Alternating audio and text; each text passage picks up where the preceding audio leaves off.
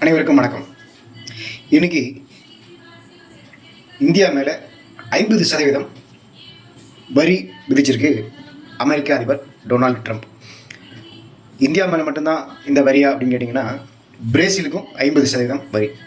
Brazil அதிபர் Donald ட்ரம்ப்பை நான் இனிமேல் சந்திக்கவே மாட்டேன் அப்படின்னு சொல்லியிருக்காரு. மூஞ்சில் அடிச்சாப்புல சொல்லியிருக்காரு. மோடியை சந்திப்பேன், சீன அதிபர், ரஷ்ய அதிபர்லாம் சந்திப்பேன், அமெரிக்க அதிபர் டொனால்டு ட்ரம்ப்பை சந்திக்கவே மாட்டேன் அப்படின்னு சொல்லியிருக்காரு. எந்த காரணத்தை கொண்டும் இது ட்ரம்ப்புக்கே மூஞ்சில் கறி பூசின மாதிரி. சரி, ஓகே. இப்போ இந்தியா மேலே மட்டும்தான் இந்த வரியா? ஏன் இந்தியா மேலே 50% வரி? இந்தியா மேலே ஏன் இவ்வளவு, ட்ரம்ப்புக்கு ஏன் இவ்வளவு காண்டு அப்படின்னு பார்த்தீங்கன்னா, இதுக்கு பின்னாடி நிறைய விஷயம் இருக்குது. என்ன அப்படின்னு கேட்டிங்கன்னா, முக்கியமாக ட்ரம்ப் எப்படியாவது நோபல் பரிசை அமைதிக்கு உண்டான நோபல் பரிசை வாங்கிடணும் இந்த தடவை அப்படின்னு சொல்லி அவர் ஒரு குறிக்கோளோடு இருக்கார். சரி, அப்படி இருக்கும்போது பார்த்தீங்கன்னா, அவர் ஒரு அறிக்கை விட்டுருக்காரு. இது வரைக்கும் 5 போர், நான் அதிபரான 5 மாதங்களில் 5 போர்களை நிறுத்திருக்கேன் அப்படின்னு சொல்லியிருக்காரு. 5 போர்கள் அப்படின்னா உலக அளவில் தெரிஞ்சு நடந்தது 2 போர்கள். ஒன்று இன்னும் முடியவே இல்லை, உக்ரைனுக்கும் ரஷ்யாவுக்கும் நடந்துக்கிட்டு இருக்கிற போர். பாகிஸ்தான் இந்தியா போர். அது பாகிஸ்தானே காலில் விழுந்ததுனால இந்தியா கெஞ்சி கூத்தாடினதுனால, இதுக்கு மேலே என்னால் ஒன்றுமே பண்ண முடியாது, ஆளை விடுங்க சாமி, எப்படியாவது எங்களை காப்பாற்றுங்கன்னு இந்தியா கிட்ட காலில் விழுந்ததுனால, கெஞ்சி கதறினதுனால இந்தியா போனால் போதும், போய் தொலை அப்படின்னு சொல்லி விட்டது. அடுத்தது பார்த்தீங்கன்னா, இஸ்ரேலுக்கும் ஈரானுக்கும் நடந்த போர். அதுவும் பார்த்தீங்கன்னா 2 பேருமே பரஸ்பரம் 2 பேருமே போரை நிறுத்தினாங்க. ஈரான் கேட்டுக்கிட்டதுனால இஸ்ரேலும் நிறுத்திடுச்சு. இந்தியா பாகிஸ்தான் போருக்கே நிறுத்துறதுக்கு காரணமே நான் தான் அப்படின்னு சொல்லி ட்ரம்ப் உலகம் முழுவதும் அறிக்கை விட்டுக்கிருக்காரு. பொய்யினுடைய மொத்த உருவம் அப்படின்னா அது டொனால்டு ட்ரம்ப்பாக தான் இருக்கும் போல இருக்கு. பாகிஸ்தான் ஒரு அமைச்சரே நாங்கள் தான் இந்தியா கிட்ட போரை நிறுத்துமாறு வலியுறுத்தி கேட்டுக்கிட்டோம், அதனால தான் நிறுத்தினாங்கன்னு சொல்லி ஒரு பாகிஸ்தான் அமைச்சரே என்ன பண்ணிட்டாரு, ஒரு அறிக்கையை விட்டு டொனால்டு ட்ரம்ப் முகத்தில் கறியை பூசிட்டாங்க. அப்புறமா அந்த ஆளுக்கு அறிவில்லை, திருந்துற மாதிரி இல்லை. ஓகே, அடுத்தது பார்த்தீங்கன்னா, இதெல்லாம் பார்த்தீங்கன்னா டொனால்டு ட்ரம்ப்புங்கிற ஒரு அமெரிக்க அதிபருடைய கீழ்த்தரமான செயல்கள். இதெல்லாம் டொனால்டு ட்ரம்ப்புடைய பேக்ரவுண்டை ஆரஞ்சு பார்த்தோன்னு வச்சுக்கோங்க. அமெரிக்காவில் அவர் மேலே இருக்கக்கூடிய கேஸுகள்லாம் பார்த்தீங்கன்னா காரி துப்பம். எப்படி தான் அந்த ஆள் அமெரிக்க அதிபராக ஆனானோ தெரியல. இதுக்கு முக்கிய காரணமாக இருக்கிறது யாருன்னு கேட்டிங்கன்னா, அந்த அமெரிக்க அதிபரானதுக்கு, டொனால்டு ட்ரம்ப் அமெரிக்க அதிபரானதுக்கு முக்கிய காரணம் பார்த்தீங்கன்னா, எலான் மஸ்க், டெஸ்லா கார் நிறுவனத்தோட அதிபர், உலக பெரும் பணக்காரர். அவருடைய பணம் நிறைய விளையாடி இருக்கு. அதனால் டொனால்டு ட்ரம்ப் மீண்டும் அமெரிக்க அதிபராக இருக்கார். அது எப்படியாவது போயிட்டு போட்டோம்.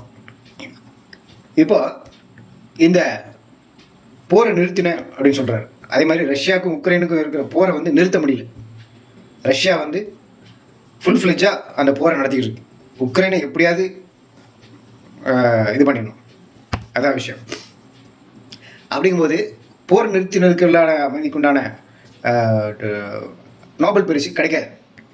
அப்போ பின்னாடி என்ன அவருக்கு தோணியிருக்கு, எதனால் நிறுத்த மாட்டேங்கிறாங்கன்னா, அப்போ ரஷ்யாவுக்கு நிறைய பணம் கிடைக்குது, அதனால தான் அந்த போரை நிறுத்தாமல் நடத்திக்கிட்டு இருக்காங்க அப்படின்னு சொல்லிட்டு.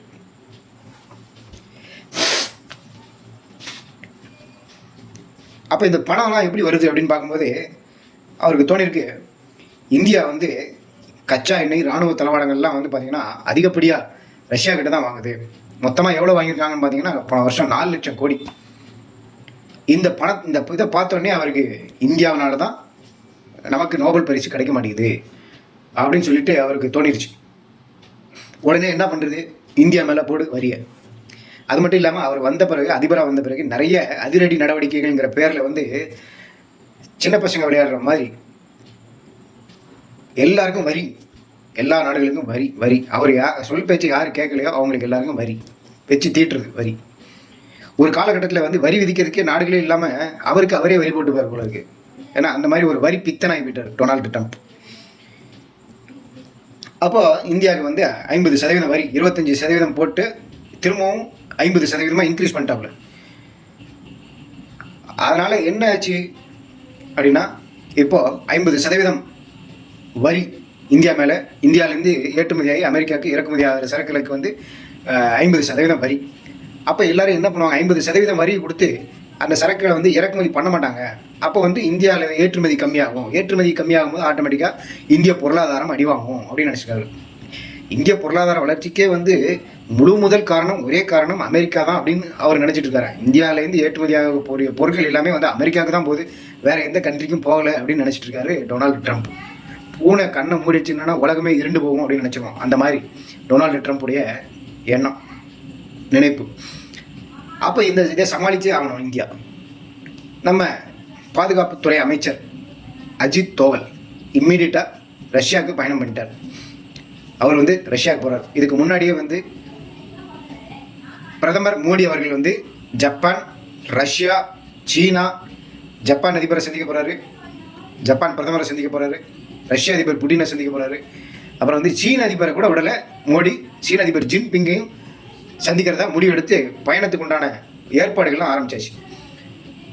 இந்த செய்தி கேட்டோடனே ட்ரம்ப்புக்கு வந்து கை காலெலாம் உதற ஆரம்பிச்சிச்சு, வயிற்றெரிச்சல் ஜாஸ்தியாகி போச்சு.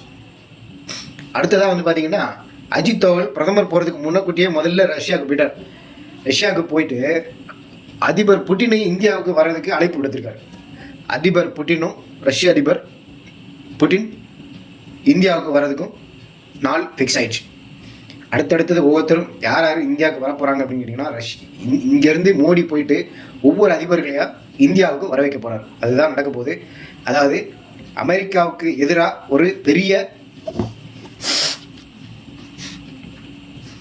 அமெரிக்காவினுடைய வரி விதிப்பு, அமெரிக்காவினுடைய ஏகாதிபத்தியம், இது எல்லாத்துக்கும் எதிராக மோடி அவர்கள் வந்து ஒரு பெரிய டீமை வந்து ஃபார்ம் பண்ணுறார். இந்த டீம் பெரிய அளவில் சக்ஸஸ் ஆகிடுச்சு அப்படின்னா இவங்களுக்குள்ளேயே வர்த்தகம் பெரிய அளவில் நடக்கும். அமெரிக்க பொருளாதாரம் டோட்டலாக அடி வாங்கும், டோட்டலாக டேமேஜ் ஆகும். கண்டிப்பாக கடைசியில் டொனால்டு ட்ரம்ப் கதறிக்கின்னு வரப்போகிறது தான் நடக்கும். இதுதான் நடக்கும். பிரதமர் மோடியினுடைய நடவடிக்கைகள் வெற்றிகரமாக ஆரம்பித்து போயிட்டு இருந்தது அப்படின்னா கண்டிப்பாக அமெரிக்காவுக்கு இது ஒரு பெரிய அடி. அமெரிக்கா மக்களே வந்து நிறைய பேர்கள், அங்கே இருக்கக்கூடிய பிரபலங்களே நிறைய பேர் வந்து சொல்கிறாங்க, அமெரிக்க அதிபர் ட்ரம்ப் வந்து எடுத்தவங்க கவுத்தவங்க முடிவு பண்ணக்கூடாது, அமெரிக்காவுக்கு இந்தியா வந்து ரொம்ப ரொம்ப முக்கியம் அப்படின்னு சொல்கிறாங்க. ஆனால்